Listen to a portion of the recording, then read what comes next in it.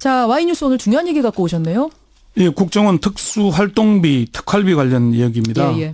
이게 박근혜 전 대통령의 핵심 측근 이른바 문고리 3인방 중에 이재만 안봉건 두 비서관이 죄송합니다. 국정원으로부터 매달 정기적으로 모두 40여 원에 이르는 돈을 받은 것으로 이렇게 드러나고 있죠. 또 청와대가 시행한 총선 전 여론조사 비용 5억 원도 국정원 특활비에서 나갔고요. KBS 고대영 사장이 보도국장 시절 기사 무마용으로 200만 원을 받았다는 지금 얘기도 나오고 있죠. 네. 이게 국정원 특활비가 어떤 돈이길래 이렇게 깜깜이 쌈짓돈처럼 이용이 되는지 오늘 그 속사정을 좀 알아보고자 합니다. 먼저 국정원이 청와대에다 이 특수활동비 상납하는 게 이게 박근혜 정권만의 일이 아니다. 그전에도 이런 관행은 있었다라는 얘기가 나오는데 이거 혹시 확인해 보셨어요? 예, 뭐 여러 가지로 확인을 해 봤는데요. 7, 80년대 같으면은 뭐 그런 얘기가 관행이라고 얘기할 수 있을지 모르겠지만은 네. 지금 자유한국당이나 바른 이제 정당에서 그런 얘기를 하고 있는데 전직 국정원 고위 관계자들을 대상으로 확인했더니 그런 관행은 없다라고 말했습니다. 참여정부 시절 국정원장을 지낸 김만복 씨는 그런 사실이 없다. 특활비도 항목이 있는데 그렇게 쓰면 안 된다. 국정원 예산이 마치 뜨거물처럼 이렇게 주물러도 되고 저렇게 주물러도 되는 것처럼 만들어놨는데 그건 아니다라고 얘기를 했고요. 네. 국정원에서 30년 넘게 재직한 전직 고위 관계자도 내가 볼 때는 강도와 같은 짓이다. 강도와 같은 짓이다. 예전에도 그런 일이 전혀 없지는 않았지만은 예. 일회적이거나 특수한 경우에 그런 것이지 이번처럼 정기적으로 상납을 받는다는 것은 상상도 할 수 없다. 한 달에 1억 이렇게 상납받는 무슨 세금 내듯이 상납받는 예. 일은 상상할 수 없다. 그리고 관행이라고 보기 어려운 이제 그 근거가 예. 안봉건 이재만 두 비서관이 먼저 요구한 것으로 지금 알려지고 있잖아요. 또 안봉건 전 비서관은 별도 용돈도 건넸다 그러고요. 별도로. 예. 그러니까 이거를 어떻게 관행이라고 얘기할 수는 없겠죠. 아하. 또 국정원 기조실장이 첩보 영화처럼 007 가방에 현금 다발을 담아서 예. 청와대 주변을 빙빙 돌다가 도로에서 만나서 전달한다? 저는 이게 제일 기가 막혀요. 국정원의 기조실장이면 여러분 국정원의 그 많은 예산을 다 주무르는 사람입니다. 엄청나게 살림을 사는 사람이죠. 엄청나게 높은 지위에 있는 네, 사람이 네. 007 가방에다가 현금 다발을 넣어서 빙빙 돌다가 전달해줬다. 한 달에 한 번씩. 그리고 청와대 수석들에게 뭐 매월 500씩 줬다는 얘기도 이병기 전 국정원장이 청와대 비서실장으로 간 뒤에 요청을 한 거라 그러잖아요. 네, 예. 그럼 이런 것들을 보자면은 이걸 관행이라고 이렇게 반박하면서 물타기 하는 것은 제가 볼 때는 근거가 별로 없어 보입니다. 그냥. 자, 저는 이 청와대 수석 조윤선 뭐 수석한테 간 이 돈은 개별적으로 쓰라고 준 것이라고 치더라도 500만 원이니까. 네. 안봉근 이재만 이 두 사람에게 간 매월 1억 원. 네. 이거는 정말 최종 기착지가 거기였을까? 이건 상당히 의심이 들어요. 검찰이 수사 중이니까 좀 지켜봐야 하겠지만은 문고리 3인방에게 전달하기 위해서 그렇게 첩보 작전을 방불케 하지는 않았을 것이라는 게 검찰 안팎의 대체적인 분석입니다.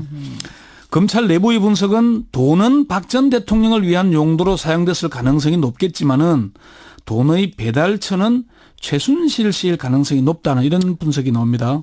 잠깐만요. 네.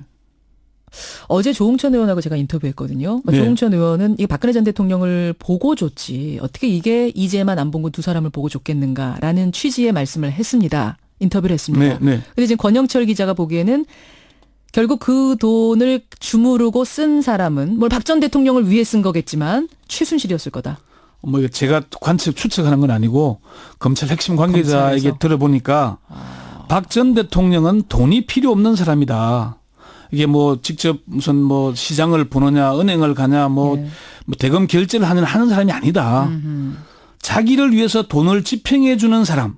그게 문고리 3인방이건 최순실이건 갖고 있으면 되는 것 아니겠나 이렇게 얘기를 하더라고요. 그렇군요. 그래서 내가 다시 그러면 최순실 씨에게 갔다는 거냐? 예.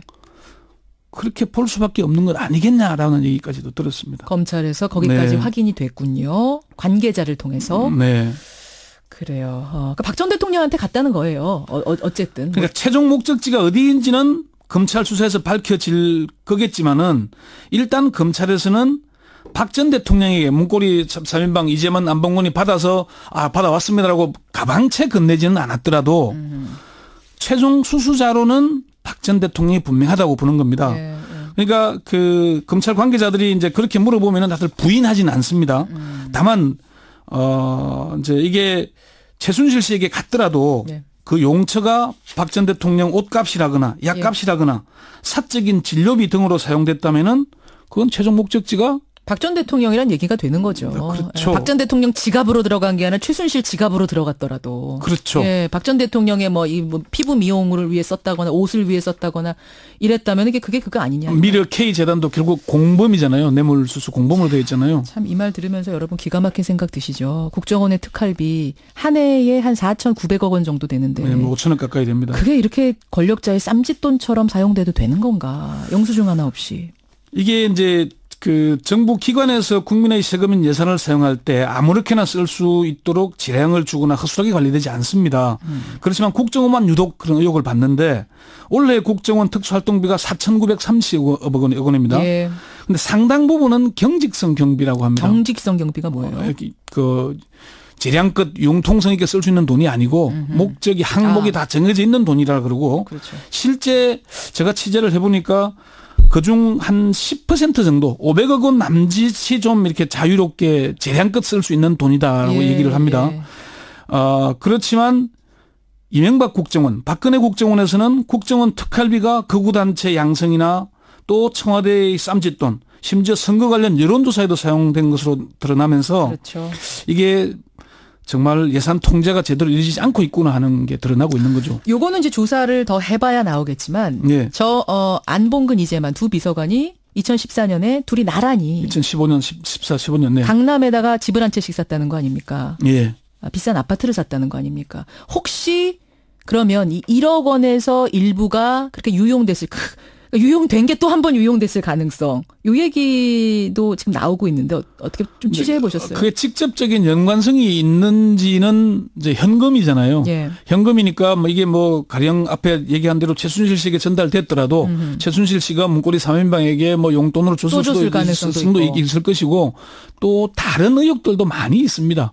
이재만 안봉근 관련해서는 뭐 경찰 인사를 만들어 주물렀다. 이재만은 뭐 금융계 인사를 뭐 주물렀다. 그런 얘기들이 있기 때문에 예. 그게 어떤 용도로 혐의가 있는지는 검찰이 어디까지 수사할지는 좀 지켜봐야 될 사안입니다. 이 돈만이 아닐 수 있다는 예, 얘기군요. 그렇죠. 그들의 네. 주머니로 들어간 돈이. 그래요. 실세 중에 실세잖아요. 맞습니다. 네. 인사에 문고리 3인방 통하지 않고는 인사가 안 됐다. 이런 얘기까지 나왔을 정도니까요. 네. 예. 근데 이 국민의 세금인 예산, 특수활동비가 사용되는데 전혀 통제가 안 되는 게 이게 맞는 겁니까? 절차상으로는 국정원 자체 통제 기능, 감사원 감사, 국회 정보위의 예산심사와 결산심사가 하도록 되어 있죠. 그렇지만 실제로는 외부 통제가 전혀 이루어지지 못하는 것으로 확인이 됐습니다. 전직 감사원 고위 관계자는 감사원의 감사 기능이 있지만 실제로는 감사가 전혀 이루어지지 못하고 있는 실정이다. 국정원에 대해서는. 예. 국회 정보위 그 야당 시절 간사였던 더불어민주당 신경민 의원은 예. 특활비 예산이 어떻게 짜여 있는지 그걸 알 수 있게 자료가 올라오지 않는다. 전혀 모른다 국회의원들도. 네. 전에도 문제가 됐을 때 들여다봤는데 현재의 예산 결산 시스템으로는 예산이 얼마인지 어디에다 사용되는지 그걸 전혀 알 수도 없고 총액 자체를 파악하는 것도 쉽지 않다.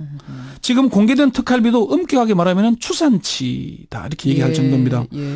국정원 개혁발전위원회 정영우 위원장은 지금의 제도로는 특활비 전용이 가능한 구조라고 본다.